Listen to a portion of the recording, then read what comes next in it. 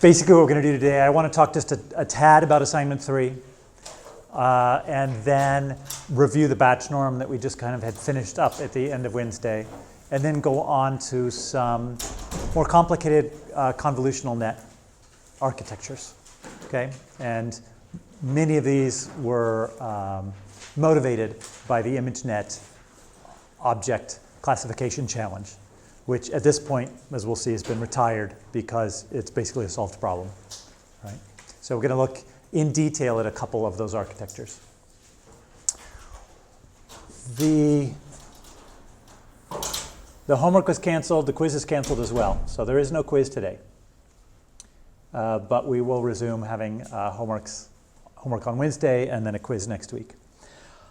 The assignment, I did go ahead and provide, thanks to Ben, a sample solution. So there were a number of nice solutions and I provided one, especially because I thought the log was very descriptive about the approaches that were taken.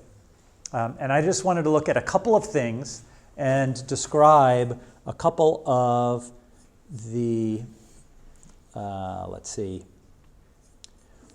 One thing I wanted to talk about was what worked really well at coming up with a small absolute error. And probably the biggest thing was cleaning the data. Okay? So if you looked at the data, there were a fair number of not-a numbers.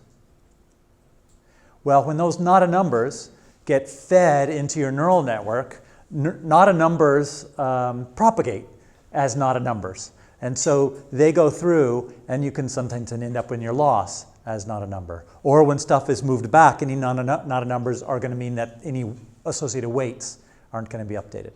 So people took some different approaches to fixing the not-a numbers. What might one possibility be, Nick? Replace them with zeros. Okay, replace them with zeros. Someone else, yeah?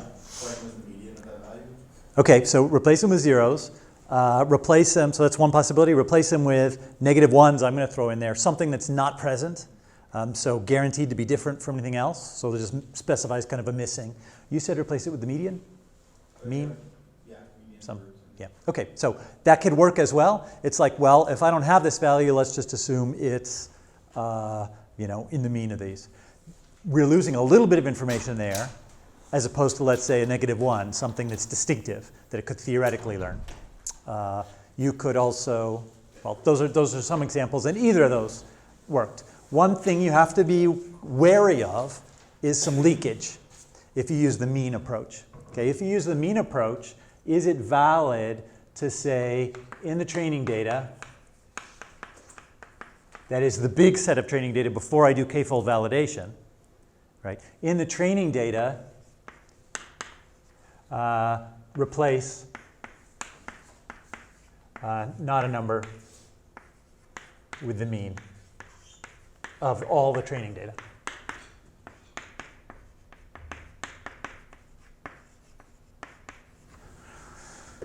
Sally, does that sound reasonable? Yeah. Okay. Anyone want to argue against it? Mo? I think it would be the same case with the normalization because for using k-fold there. Yeah, so what can happen is, let's say this is all of our training data, and we choose this to be our validation, right? So we choose on one of our k-folds that this is going to be our validation data.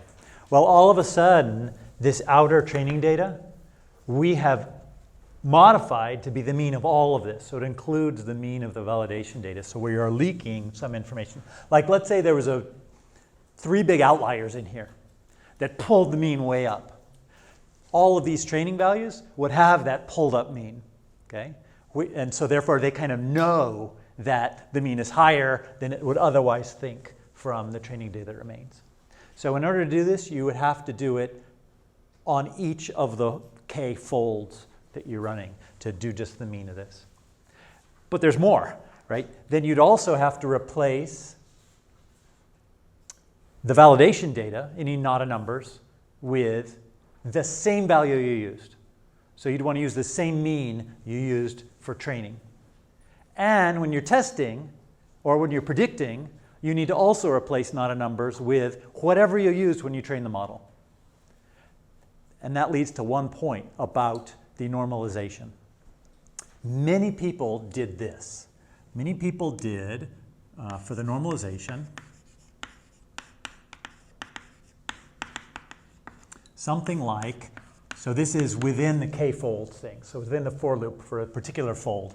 They basically said training minus equals training mean times equals training, standard deviation. That seems fair if the training mean and standard deviation don't include the validation. But it's the next step that was a problem for many people. And that is, they then said the validation data minus equals the validation mean and star equals the validation standard deviation. Okay? We're training the model based on the training data, right? So it's training assuming a particular mean and standard deviation, right? How the normalization takes place. And so we want to normalize in exactly the same way from then on. This is not the same normalization. This is normaling based on a different mean and different standard deviation. So we don't want the validation mean and standard deviation here. What do we want? Go ahead. We want the training mean and training standard deviation. Okay, what we were trying to fix was leakage. We did fix the leakage. This fixes the leakage.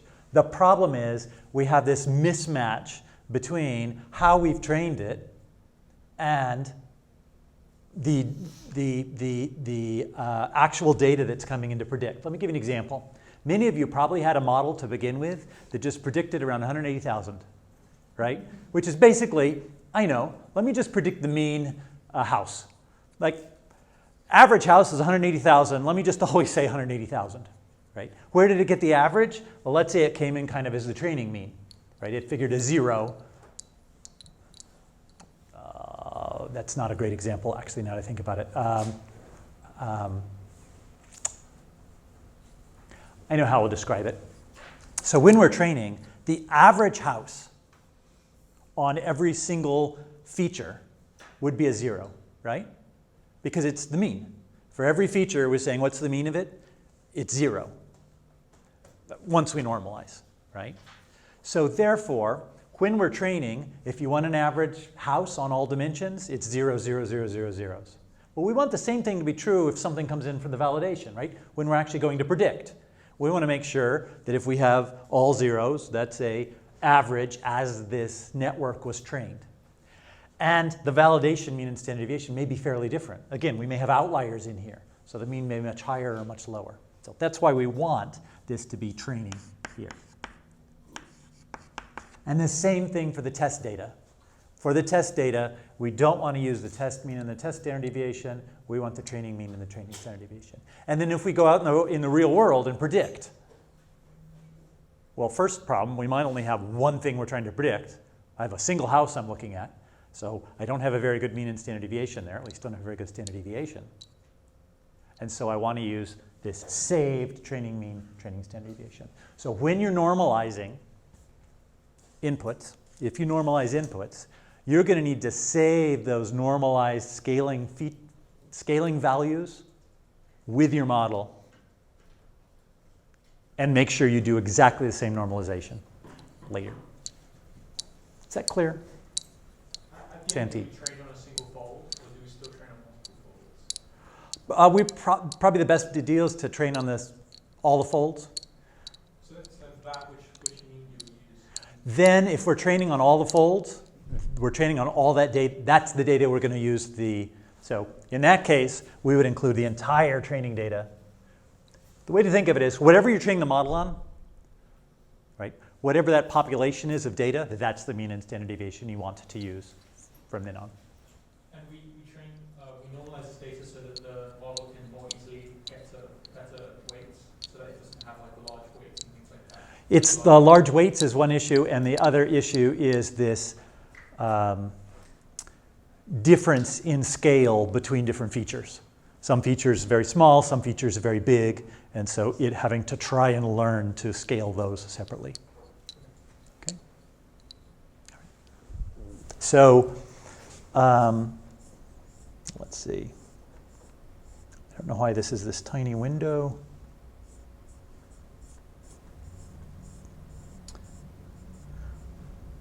So let's see, do we see any not a number in here?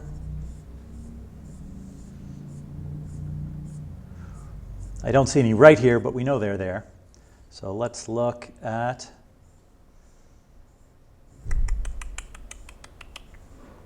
so here's an example where we're adjusting the test data by the training mean and the training standard deviation. Why do we have an epsilon here? Yeah, we don't like to, whenever we see an epsilon in the denominator, that's probably what's going on. And here's the replacing not a numbers in the data. In this case, they're replaced with -1. Again, you could replace it with the mean. If you replace it with the mean, then that just means you've got more stuff you need to save in order to do pre-processing on input data later. Okay? But anyway, that made a huge difference. And there's a great log here. Sorry, and I didn't actually say, so this is thanks to Ben H. So let's look at the log, which was fairly comprehensive, and just kept a running track of the mean absolute error, which was kind of nice. So this particular architecture ended up with a fairly fancy regularization. So let me just show you where the model was created. So the model, two dense layers, 1024 and 512, and you can see here it used a leaky ReLU instead of a regular ReLU, and also added a regularizer here. So this regularizer at these two levels is basically regularizing the weights. So putting a penalty on the weights or weight decaying those weights. Okay, so what those did. And then Adam, I think the beta 1 and beta 2 are default value. Actually, I think the learning rate is default value as well. So I think those are all default values of the Adam, as I remember. I played around with them and then eventually default. Eventually went back. Yeah, great. All right. So I recommend you kind of take a look at that and maybe just try a couple of things and see if you can get your assignment better. I know it's very frustrating, and some of you ended up with over $100,000 mean absolute error, which was not very satisfying. That was what you ended up with as a mean absolute error was a very small component of the total grade, but still pretty unsatisfying. And so if you throw in a few of these things, you could probably get it down. Okay. Any questions on that assignment? All right. And some people, or at least one person I think, did a grid search. So the idea of a grid search is you've got a set of hyperparameters and you're trying to search this space of hyperparameter values.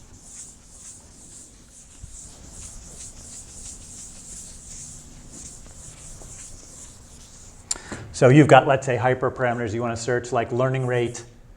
What might you use as a learning rate? Let's say the default atom is 0.001. Often for the learning rate, you want to do maybe powers of 10, or at least multiples of 3. So you might do 0.001, 0.01, 0.1 as things you want to try. You might want to try, let's say, I know any possible Greek number we have, or Greek symbol is probably a potential hyperparameter. But maybe for that, we want to try, 0.99, 0.999, something else. And so what you can do is just kind of set yourself a grid with the learning rate here and the alpha here, and programmatically just run through and try them. That's a common thing that's done. As a preview for the future, the goal is it shouldn't be so hard to determine hyperparameters. There's an interesting paper from, I think, earlier this year, which basically says, well, this is an optimization problem, coming up with the right set of hyperparameters. What are we using right now for optimization? For a neural network? How are we learning the parameters of a neural network?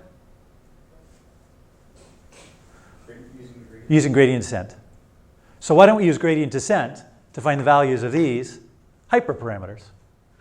So we just set up a new loss function, and we basically then have a gradient descent that's going to find these values that then are in turn using gradient descent to find the parameters. And you might say, well, I mean, we've got to still decide on like an optimizer to use for this higher level problem, and we've got hyperparameters to try and deal with there too, right? So how does this help us? We're just making more problems, right? But it turns out, and you can do that for several levels, it turns out that some initial work kind of seems to show that the landscape of your hyperparameters, so if you look at sort of how well it does versus your settings of hyperparameters, it's sort of very shallow. You know, you have certain settings that work well and other settings that really don't work well. And then as you go up in the chain of, now I have our meta hyperparameters, that the meta hyperparameters have a wider area of hyperparameters that work. And as you go up again, it gets even wider, which says really that at the top level, it doesn't matter too much what your hyperparameters are. You have a lot of range that work. And a wide range here will then find a narrow range here, will then find a narrow range here, will eventually find your final parameters. So I would expect that finding good values for hyperparameters will become easier in the next several years. Okay? And part of this, of course, is this takes more computation. And so Moore's law helps us.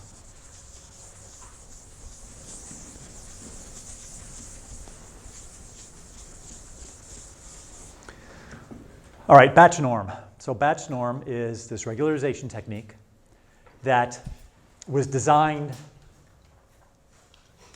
to basically say we have our layers of our network, okay? And we might want to add batch normalization at one layer.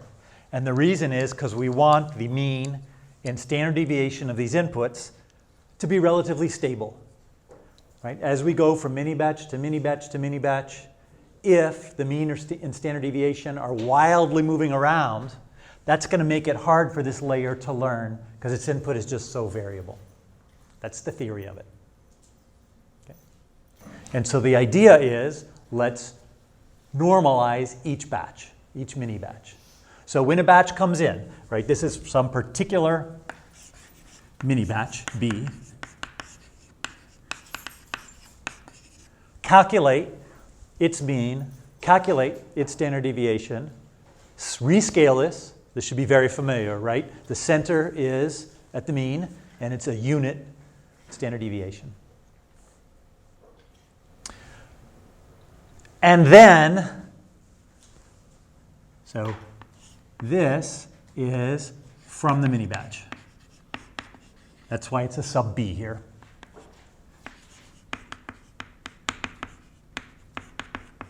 And this one is from the mini batch. So for this mini batch, we're scaling it.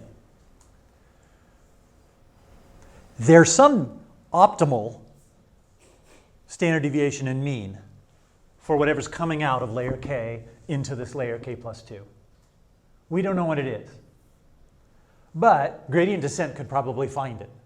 So we're going to go ahead and have these new parameters. This is a learnable parameter. And this is a learnable parameter. Right? So gradient descent is going to find what the right results of these are. So basically, for every mini batch, let's say the neural network has decided that a good standard deviation is 3 and a good mean is 2. Okay? Then we'll take whatever our mini batch is, we'll rescale everything so that the mean and standard deviation are now 3 and 2. Or 2 and 3, whichever order I said. Okay? And any mini batch comes in will get rescaled in that way, and get rescaled in that way, and get rescaled in that way. Over time, it may change. That is, the gradient descent, the optimization may change these values, but it's going to change in a directed, orderly fashion that's not going to zigzag all around based on the mini batches.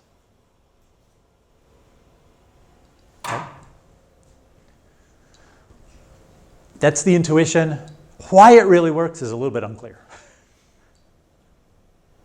Like so much of this field. Questions on that?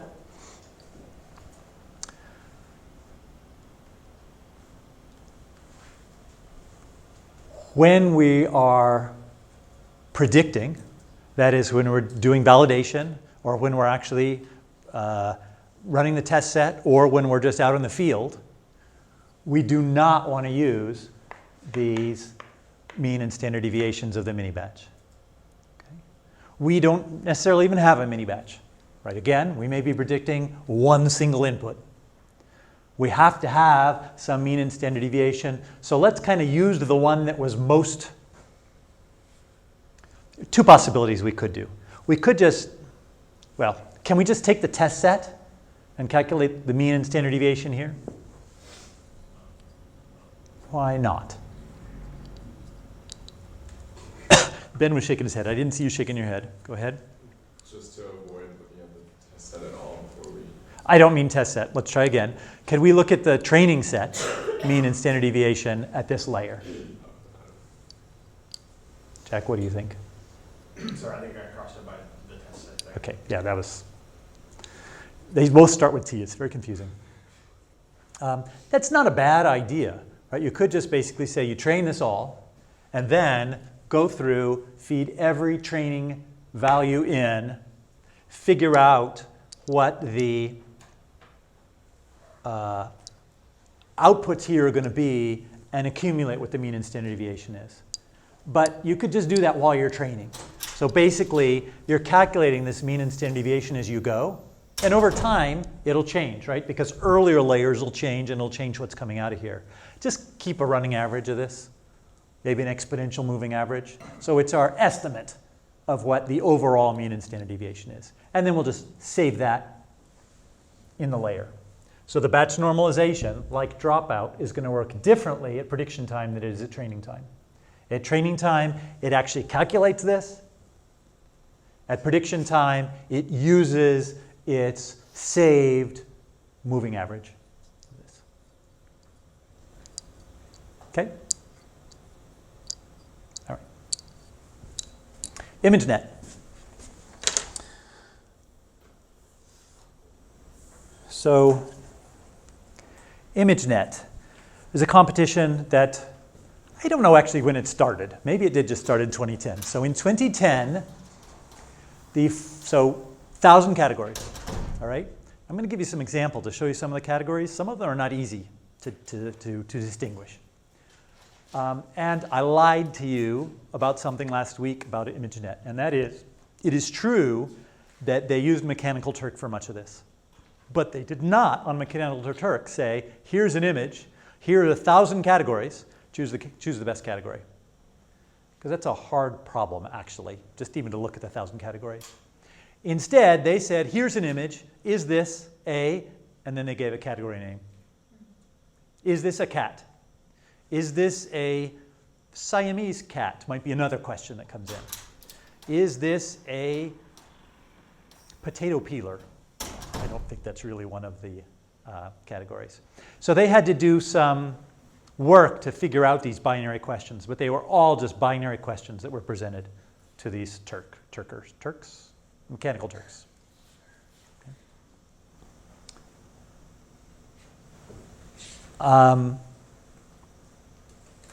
And so that's how the labeling got done, is on these binary questions. I'm going to come back to later on how humans do on this task. Like if you just give them deciding the 1,000 categories. So we had a 28% 5 accuracy. So 1 accuracy is you got the category. Your highest prediction was the correct category. 5 accuracy is your top 5 predictions, 1 of them matched the highest. So you said it's either one of these trained values said it's either a cat or a cactus or a potato peeler or a hat or a shoe. And if it was one of those, it's correct. But if it was a desk, then it's incorrect. Okay? And clearly, it's much easier to win if you're top 5 than just top 1. So, did you have a question? No. Yes? Why is it going down then? This is over time. So this is over time, as we got better and better models, the error rate got better and better. So 5 accuracy, actually, that's pretty bad. That's good. So this is 1 minus 5 accuracy. Okay, it's the 5 error. I am sorry about that. Yeah, yeah. People just, the competitive teams got stupider and stupider and stupider. No. So before 2011, there were no real neural nets in the race, no convolutional networks. Okay, it was other types of machine learning approaches. And then in 2012, there was a dramatic drop. Okay, that's quite, I mean, that's actually really huge.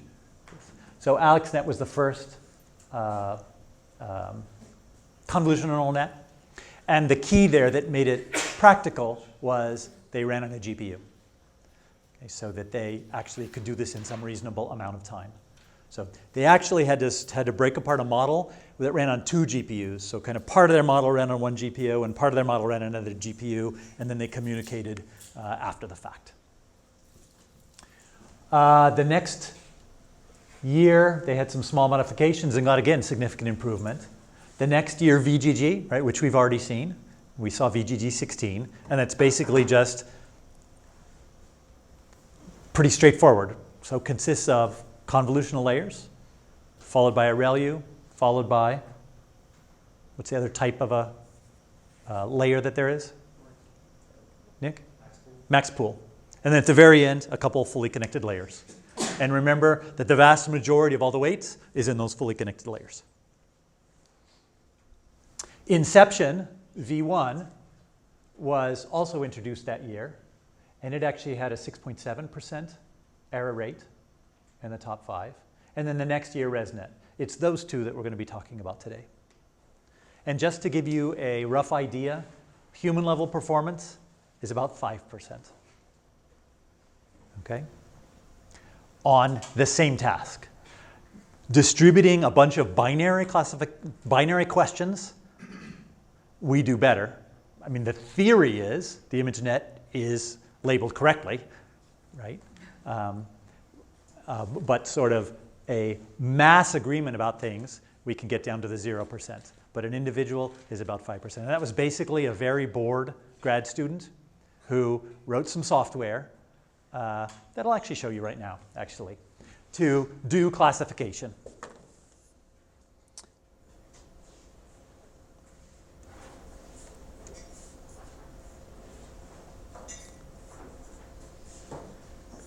So that's here. And basically, I don't know if you can see this. It says at the top left, show answer. Let me see if I can. Yeah. So basically, here's our picture. What do you think that is? Hey. Hey, it's hay. You're right. Let's try another one. Anyone? Have you done this already? No, that's the state fruit, though. Okay, it's a quail, again. And Google prediction, I think that's the Inception, does in fact get a quail. It's a possibility. Let's do another one. Sorry. Next. Okay. Yeah, dog, that's great. Now, of the 1,000 categories, 120 of them are dog breeds. Which one is it? Burmese mountain dog. Let's try it. You ready? No, that's a Tibetan Mastiff. What were you thinking? But a Burmese mountain dog, second choice. That's good. All right, so not bad. Actually, you win for top 5. You are accurate. So. Only if that master is one of the 4 then. Oh, actually, I take it back. Yeah. If the other 4 you were going to say were these, then you win, right? I'm sure Tibetan Mastiff was among your top 5, right? Yeah, clearly. Yeah. So, okay. So anyway, this guy spent basically a week or 2 on this and really had to train himself on what the 1,000 categories are and tried to give it to other people. And that the training time kind of to get good at this was such that no one else really wanted to do it. But that's what he got, 5%. And it is interesting because there are also some hard ones. This is what? Is it bread? It's a chest. Boy. Oh, now this one. I tried this one this morning. So what would you say on this? I mean, so there are no verbs, just a noun. Anyone? Actually, we need 5 things. You say? Clydesdale. That's one. Someone else? I'm not sure they have breeds of horses. Horse. Okay, I love it. And a third one. Painting. Okay. Leg. And? Woman. That's excellent. So we lose. Because this is hay? I don't know, you know. I guess if you had a picture and you said, is this hay? You might say yes. But there are a lot more things I'd be tempted to say. Anyway. Okay, we talked about VGG. I'm not going to talk more about that. Just remember, though, we do have these this large fully connected network at the end. 2 4096 ones. Vast lot of weights there. The 2 networks we're going to look at now don't have that. Okay, so it's called, the network is called Inception, and it was done by the GoogleNet team, because every team got to have a name. It's very confusing. We're going to just call it Inception from now on. And in fact, there have been various versions of Inception over the years. So later competitions had other versions. This competition is no longer held. So it was held after the ResNet for 2 more years. No more. Now there are other sorts of problems like, don't just tell me what the classification of 1,000 is. Tell me not only that, but give me the bounding box of where it is. Okay, so this is a localization problem of all the things in there. The hay and maybe the horse and the woman and the leg. So this is the network pictorially. We're going to zoom in and look at this in a bit. The name for this was about the year that the Inception movie came out. And so we need to go deeper. Both need to go deeper in terms of the depth of the network and also go deeper in terms of, it's almost like a little network inside a network we're going to look at. Okay? So we have a given layer. We look at VGG. We have to decide, as humans, when we're designing the network, should this be a convolution? If so, what size convolution should it be? Or should it be a max pooling layer? Inception says, I'm not very good at deciding this. I know. Let's make any of these be a possibility and let gradient descent figure out which would be correct. That's the major concept. Okay?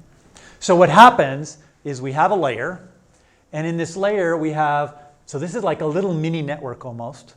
We have 4 different possibilities, 1x1 convolutions, 3x3 convolutions, 5x5 convolutions, or then a 3x3 max pooling. We get the output of all these, we concatenate them all together, and that's now our input to the next layer. So you can see how it's possible. So first off, when we concatenate them out, we're going to have a bunch of different layers, a bunch of different features coming out of here. The first, this many features are going to be these convolutions, however many such convolutions we have. Right? So if we have 10 of these 1x1 convolutions, the first 10 of these concatenated together will be the 1x1s. And then the next, let's say 10, the next 10, and the final 10. So the next layer can decide which of those it wants to use. If it finds that the max pool is most useful, it'll ignore sort of the first 30 and use the last 10. If it likes the 5x5 convolutions, it'll use the 20 to 30, right? And ignore the first 20 and the last 10. And so it can build up its own network based on which of these features it finds interesting at any particular level in the network. Yeah.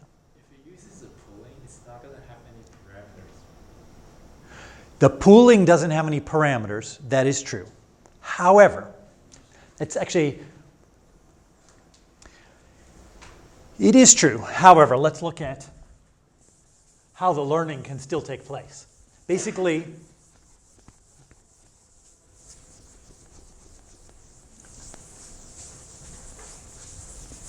rather than having my layers vertically here, I'm going to go ahead and do them horizontally.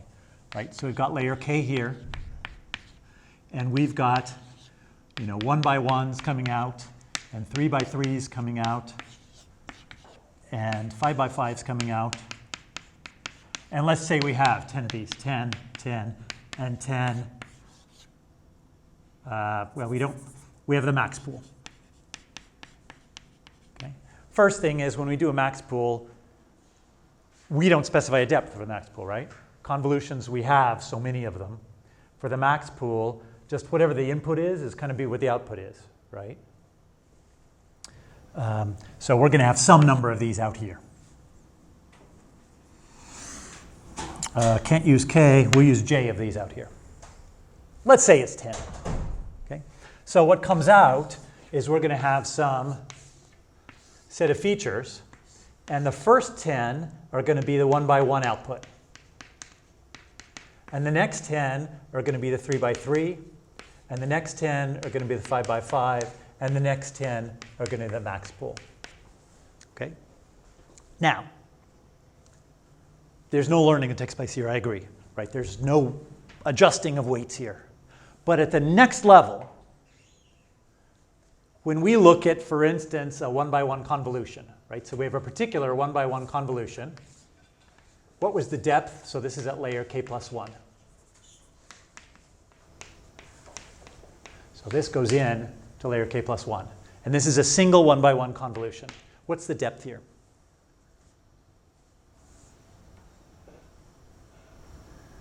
If this is 10, this is 10, this is 10, and this is 10.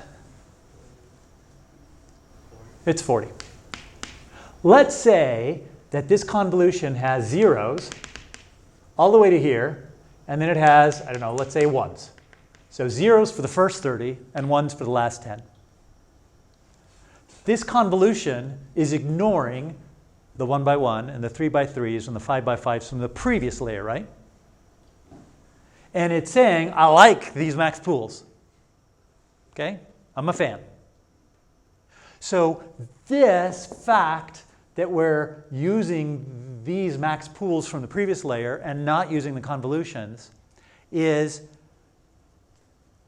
adjusting the architecture of our neural network. It's basically saying, at least as far as this one convolution is concerned, it's as if we had a max pool layer here at layer K, as opposed to convolutions. Now, it's more complicated than that, because it's not all zeros and something else. Maybe it's saying, I like a little bit of this 3 by 3 and this max pool. I like, this feature and this feature, or 5 of these features and a smidgen of these 2 features, and so on. So it's not producing a crisp, this is a convolution layer, this is a max pool layer, this is a 3 by 3 convolution, this is a 5 by 5 convolution. Instead, it's more of a mixture. This is mostly a max pool layer. This is a combination of 5 by 5s and 3 by 3s, and so on. Did that help answer the question? Okay. So we are learning that we like max pool, but we're learning it at the next layer. So each of these learning is telling us how much we want of the previous layer and which parts. It seems like because at each layer we have 4 options, that the size of our data of our features at the end is going to scale exponentially. Well, that's a good question. We need to look at the size of the features. Before we look at the size of the features, can we look at the size of the input at each layer? So let's say the input here is 100 by 100 by 20. What will this size be? 100 by 100 by 10, assuming our padding is appropriate. So, right, because we have the 20 just means that this would be a 20 deep convolution. and it would output 10 100 by 100s. So we'd have 100 by 100 by 10. Let's just kind of look at that. 100 by 100 by 10. As you can see, it's not to scale. 10 is normally not longer than 100, but it is in our universe. The 3 by 3s would give us same, 100 by 100 by 10. The 5 by 5s would give us 100 by 100 by 10. What did the max pool give us? It's a 3 by 3 max pool.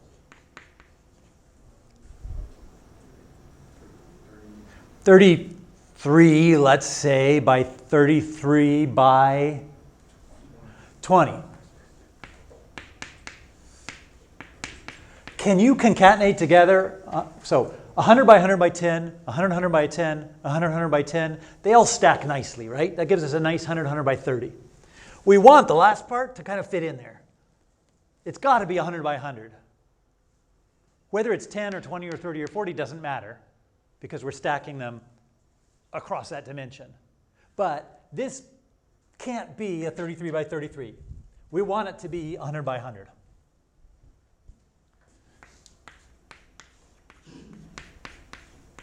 But we're okay with a 20. How do we get 100 by 100 with a max pool? Rory. Change the stride. Change the stride to what? While you're using the max pool. I know, change it to what? 1. So if we change it to 1, And we can add like a... yeah, so let's kind of look at that. So we'll do and add padding. So let's say we've got a 5 by 5.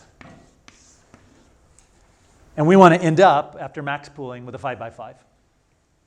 So if we do a 3 by 3 here, and then a 3 by 3 with a stride of 1 instead of a stride of 3, and one more here, that'll give us 3. And if we used padding as well, right, so we add 1 padding.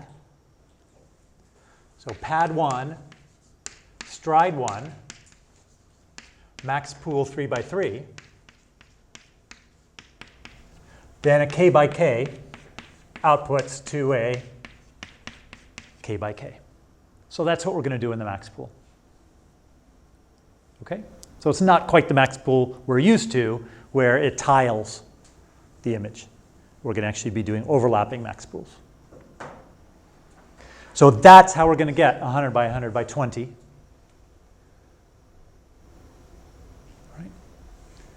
So that, like, that seems to undermine the purpose of using a max pool for how I understood it. Because Because I thought the idea of a max pool was you diminish the amount of data that you had by finding out if the region had the region. yeah, so the max pool is still telling us, the max pool is actually used for 2 things. So we've been using it for reducing the x and y dimensions and for keeping track of whether something is happening in a larger area. The way we're doing it now, we're not reducing the dimensions, but we still are keeping track of whether something has happened in that same area, right? We're saying now in our output, when we look here, has something happened in the surrounding 3 by 3? And then for the next one, even though there's some overlap, has something happened in the surrounding 3 by 3? We will need to have a way to reduce the size. Okay. Questions so far? Yeah. So we're looking at, like from what I remember in the past, we would look at each kernel would have more, it would be like more rigorous, and now we're making each kernel slightly less, like each different convolution slightly less rigorous, but we're having more types. When you say rigorous, what do you mean? Well, I mean like before we had more kernels in each convolution. We have no idea how many we have yet. I just made up the number 10. We're going to look at some real numbers in just a second. Okay, I just used 10 to be handy. Okay, so let's say we have 28 by 28 by 256 coming in. All right? And we have 128 convolutions here, 192 here, 96 here.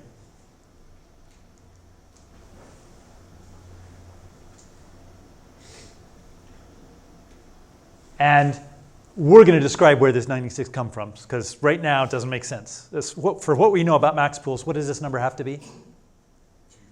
256, right? It's the output. So we're going to have to do something about that. But if we add these up, right? So the output of the 1 by 1 is going to be 28 by 28 by 128, right?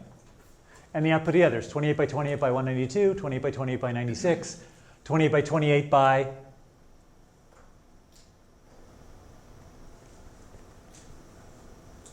I don't remember why I have 96 here. So 28 by 28 by 256 matches what I would think. Let's just ignore that 96 for a moment and see what our diagram tells us. Okay?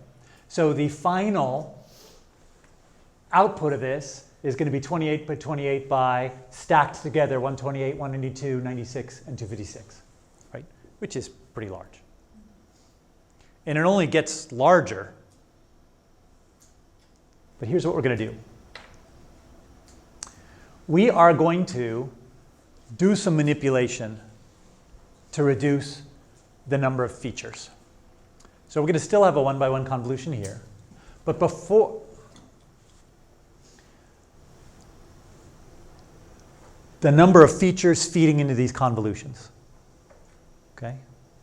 Instead of having, as we had here, 256 feeding into here, we're going to go ahead and create a little bit of a bottleneck here. We're going to map these down from 256 down to a smaller number before they go into this convolution. And same for here, a smaller number before we go into the convolution. So that these convolutions, this one doesn't have to be 5 by 5 by 256. It can be 5 by 5 by some smaller number. So, for instance, we're going to cut down from 256 to 64, right?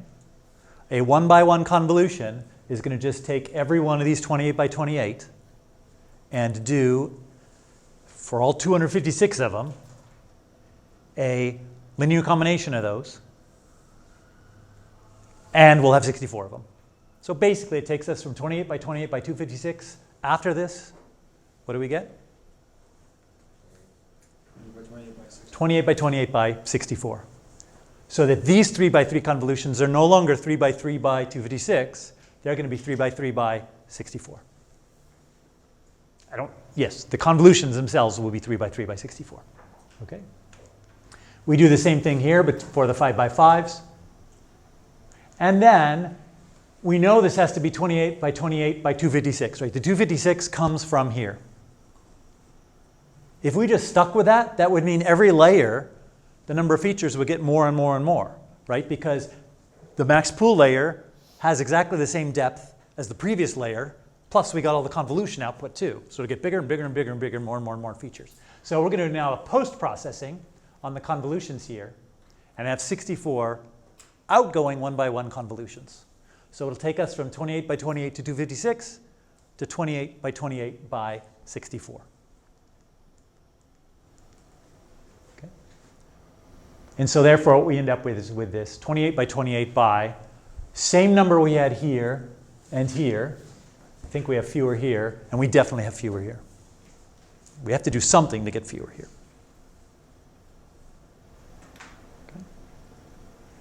I had just a question, like, do you bottleneck in most models, like, even if it's like size isn't an issue, or do you only do that if you want to minimize the number of weights? Like, is there an advantage to like making the layer smaller as you get closer to like the end of the model, like to the last layer? How would I describe that? What we are doing, and the tendency is to, as the x and the y get smaller, the number of features gets bigger. So that kind of the overall constant is the same. The amount of information you're processing in each layer is the same. So we'll look in slightly more detail at the sizes of these, I believe, in a moment. You had a question? So it looks like the only thing that we reduced in this is what's coming out of like the max pooling. So previously it was 256 and now it's 64. That's where all the change is coming from. I guess why wouldn't we just, so whereas before we're still getting the outputs of like the 28 by 20 by 128, 28 by 20 by 192, but we didn't do like a 1 by 1 convolution before them. why don't we just do the 1x1 convolution after the max pooling and then not do? Leave these alone, don't have these? And then just don't do Yeah, those. so the reason is, there are two things we're looking at. One, the size of the layer, the output coming from a layer. That's the reason we're doing this convolution here, to reduce this. Because otherwise it would be monotonic increasing, right? So that wouldn't be good. The second thing we're looking at is the size of the weights. So let's look at the size of this weight, the 5x5, okay? Before and after. So with and without that 1x1 convolution. So before, we have 28 by 28 by 256, right? And we're feeding that into a 5x5 by, and what's this dimension here? 256. So the weight side, and we had, let's say with the same number of them, 96, okay? So we have 96 of these. So the weight size then equals 96 by 5 by 5 by 256. So 2 to the 10th, 5 to the 11th. I'm going to say it's about 5 times 10 to the 13th. That's no way, that's can't be that big. So 250 is 10 to the 2nd, 10 to the 3rd, 10 to the 4th, 10 to the 5th. I'm going to say that's around. If someone can give me a better approximation, that'd be great. 600,000? Is that like 6 times 10 to the 5th? All right. So, should probably just drop the mic and that's it for the course today. So let's instead look at 28 by 28 by 256. And then we have 64 1x1 by what convolutions? This is the depth. If we got 256 here, this is a 256, right? We've got 96 of, no, we got 64 of these. And then we've got 5 by 5 by 64 instead of 5 by 5 by 256. So it's going to be 96 times 5 times 5 times 64 plus 64 times 1 times 1 times 256. Okay? This is almost in the noise. I'm getting, well, 256, so that's this is like 2 times 10 to the 4th, maybe? 1 times 10 to the 4th. And this is, give me a number. There's 150K? So we're about, let's say, 30% of the original. Okay, that's what we've saved. So that's fairly substantial. That's why we do it. Does that explain that, Jack? Yeah.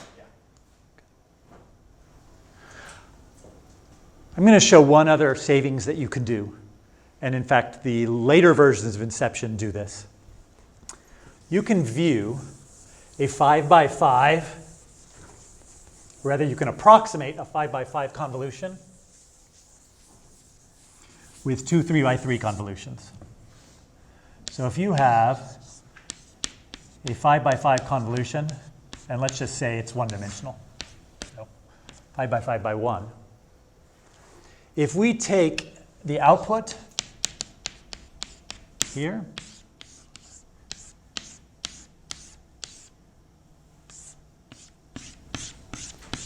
and let's just look, let's say, at that output. And the question is, what is this output's receptive field?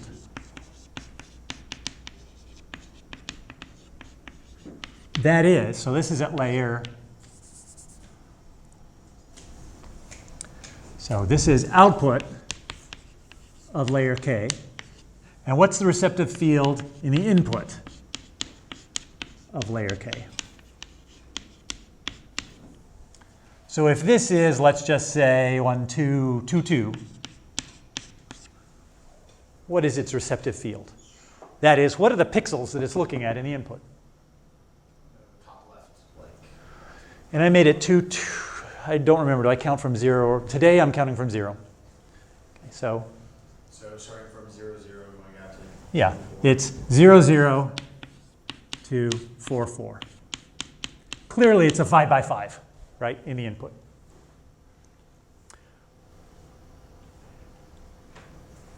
This convolution is doing this linear combination of all of these 25 pixels, right, coming in based on the weights of it. We can simulate this with some loss of fidelity by 2 3x3s. But the key is we're going to end up with the same receptive field. So if we have a 3x3 here and a 3x3 here, so this is layer K, and this is K minus 1.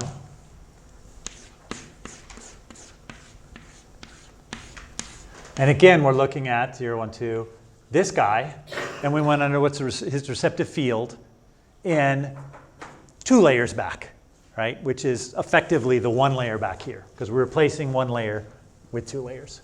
In fact, let's just call it, we'll call it K minus 1 and K. So receptive field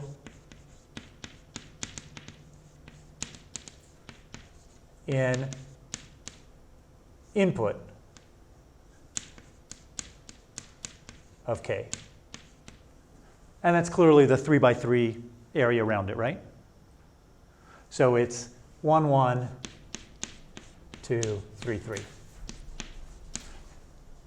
Now, though, if we look at the input to K,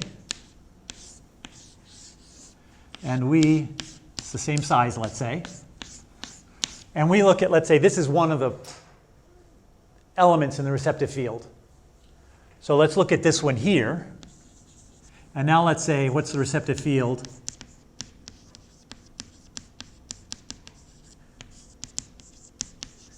of 1, 1 in layer K minus 1? And that's, again, the 3 around it, right? 1 on each side. So that's going to be 0, 0 to 2, 2. But we want the receptive field of not just this one, but this one, and this one, and this one, and this one, and this one, and this one, and this one, and this one, all 9 of these, to find the entire receptive field of this with respect to before the first 3x3. Same receptive field of 2 3x3s or a single 5x5. But what about the weights? What's the weights of a 5x5 by 1? How many weights?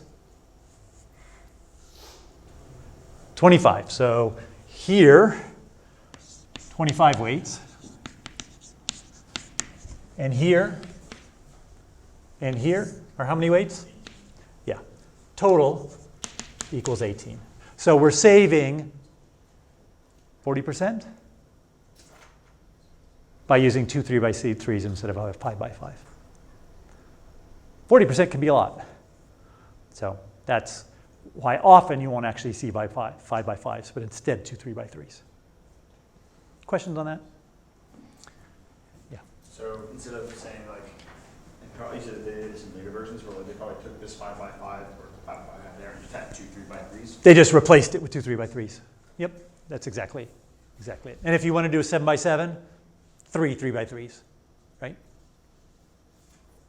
Does that mean the smaller the kernel, the better? The smaller the kernel, the better. I guess what it says is 3x3s, you can build up what you need from 3x3s. Now, they're not as expressive. 2 3x3s is not as expressive as a 5x5, right? Because you're not getting an interaction between, let's say, this pixel. So here, if you have between this pixel and this pixel, you've got weighting that'll deal with those, right? But that's not going to quite be the same as you go to this 3x3 and this 3x3. They won't really get combined. But in general, smaller weights, I mean, they're good as far as avoiding overfitting. And you can make deeper networks, which turn out to give better results. And part of it is just like, how long does it take to run? If you're running your GPU and you're having to do 40% more computations, it's going to take 40% longer. And so that's a problem unless you are like Google and have thousands of machines out there. Okay, we ran through this. So this is a single Inception module. All right, basically what we saw. It's the idea of the 1x1, 3x3, 5x5, and max pool stacked together with a little bit of manipulation to fix the max pool feature output and to reduce the sizes of the weights for the 3x3 and the 5x5. And basically what happens is these get put together. So our output is at the top and our input's at the bottom. So actually, let's look at the output. Our output, we just do an average pooling, a 7x7 average pool, and one fully connected layer that just takes it to 1,000. So there's no more of these 4096, 4096 like the VGG had. Just a single, take an average pool, flatten it, and do a single fully connected layer to the 1,000. So that's kind of nice because that doesn't use up all of our budget on weights, all in that last two fully connected layers. Okay. And then we just have a bunch of these. 1, 2, 3, 4, 5, 6, 7, I think it's 8 of these Inception modules. Yeah. Why are there so many softmax outputs? Yes, we'll get to that. It's a great question. I mean, you only need how many? 1. So we got 2 extras floating off the edges here. And the reason for that, this happens to be the beginning of it. It doesn't really matter. They just do a little pre-processing before they start these Inception modules. Okay.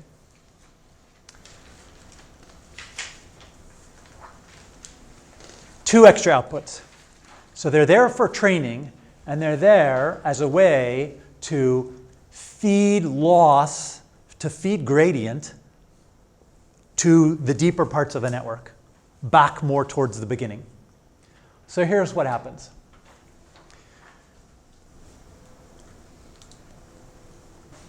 We know about the normal loss up there at the top. That's great. What we actually say is our loss is going to be the combination of 3 different losses. So we're doing 3 softmaxes and calculating 3 losses. Let's call them,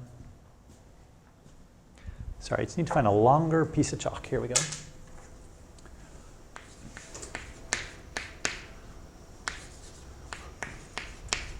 Let's say this is loss 1, loss 2, and loss 3. So loss 1 is at the top, and 2 and 3 are below. And we'll maybe actually do something more like this. We'll do loss 1 plus 0.4 times loss 2 plus 0.4 times loss 3.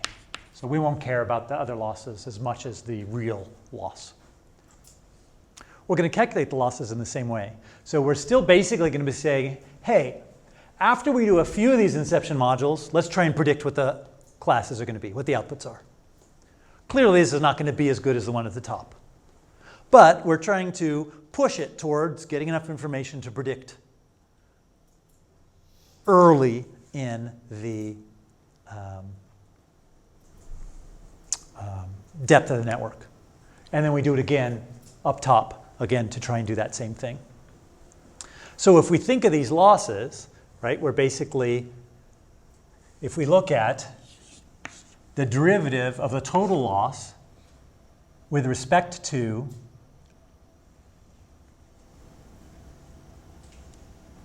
some layer, let's say the first layer, Z1, okay? there's three components to that, right? There's three different paths there. Actually, there are more, but there are three main paths there. From the top loss, from the second loss, and from the third loss. We might not get much back from the top two, right? Maybe we're going to have vanishing gradient, and so it kind of disappears. But the third loss is not very far to go, and so it's easy to push loss from here down to, let's say, here, or down here, or down here. Does that concept make sense? Yeah, Jack. Is this something that you will typically see with like networks get deeper and deeper because of the fact that like Only Inception. I've never seen it anywhere else. So it's an interesting idea. We're going to try and come up with a different way to deal with vanishing gradient with ResNet. Right. But that's the idea, is we're trying to avoid vanishing gradient. And there's a long path from up there down to here, right? It goes quite a ways. How can we get an exploding gradient? Let's remind ourselves about that. How many paths do we need such that our gradient explodes? Just one. If we have one path where we multiply together all of the partial derivatives and it ends up big, our total thing is going to be big. We haven't talked about how to deal with exploding gradient. It turns out it's fairly easy to do.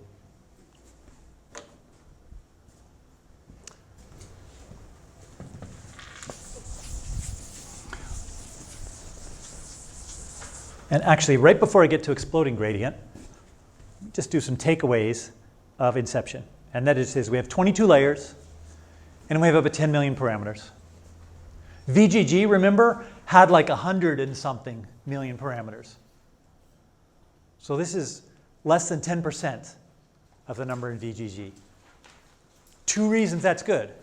Reason number one, it'll train faster. Reason number two, less overfitting, exactly. Okay. Now let's talk about the exploding gradient.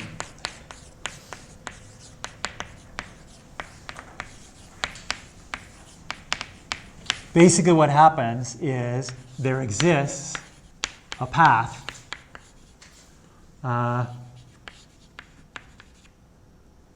whose partial derivative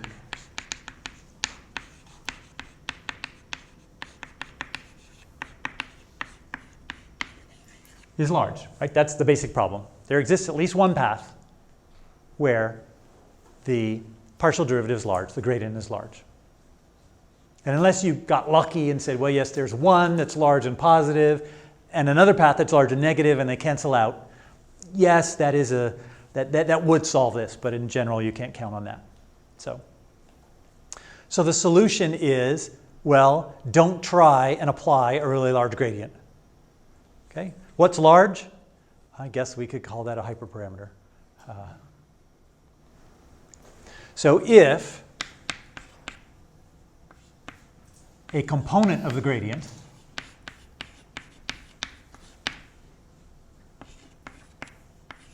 and I'm going to say all the parameters are theta, right? I'm not keeping track of which one's where, just saying, we got some theta that's bad. So if we've got some component that is large,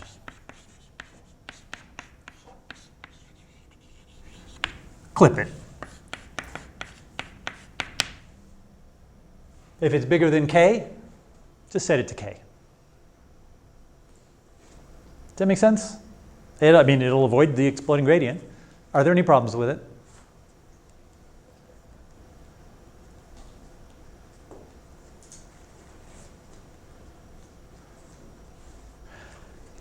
Yeah.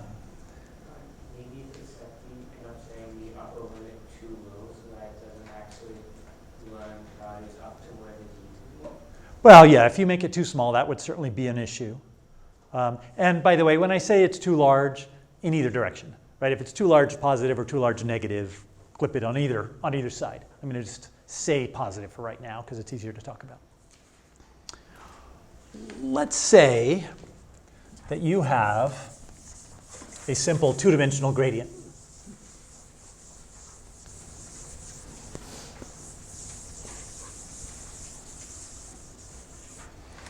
And I say the gradient is, I want to go in this direction, it's this. And in this direction, it's this. Okay? So the vector where I really want to go is here, right? Now if I do clipping, I say this is too big. I want to clip here. Right, so this is the horizontal gradient.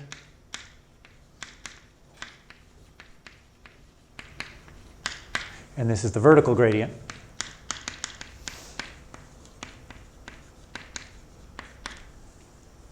Then I have something different. I have something that looks like this in the horizontal direction, and this in the vertical direction, and this in the horizontal direction. And my result looks like this. How is this different from this? It's, yeah. Yeah, the real direction is in this direction. I'm not only changing how far I go, I'm changing actually the direction I'm moving. This is called value clipping. And then there is also norm clipping.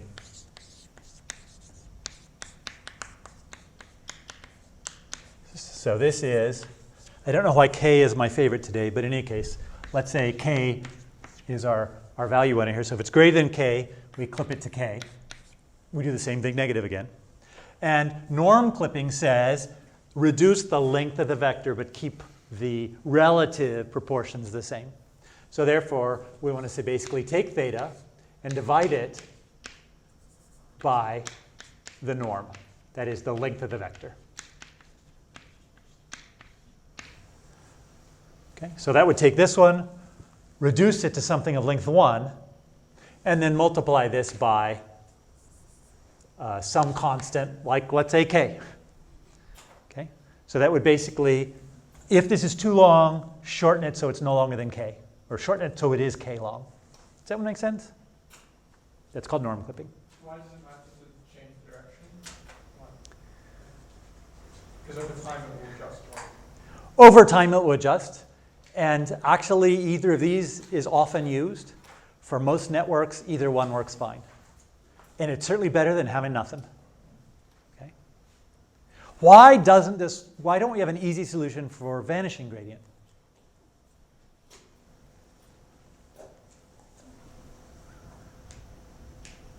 Because you sometimes want low gradients, so you can't like mess with that.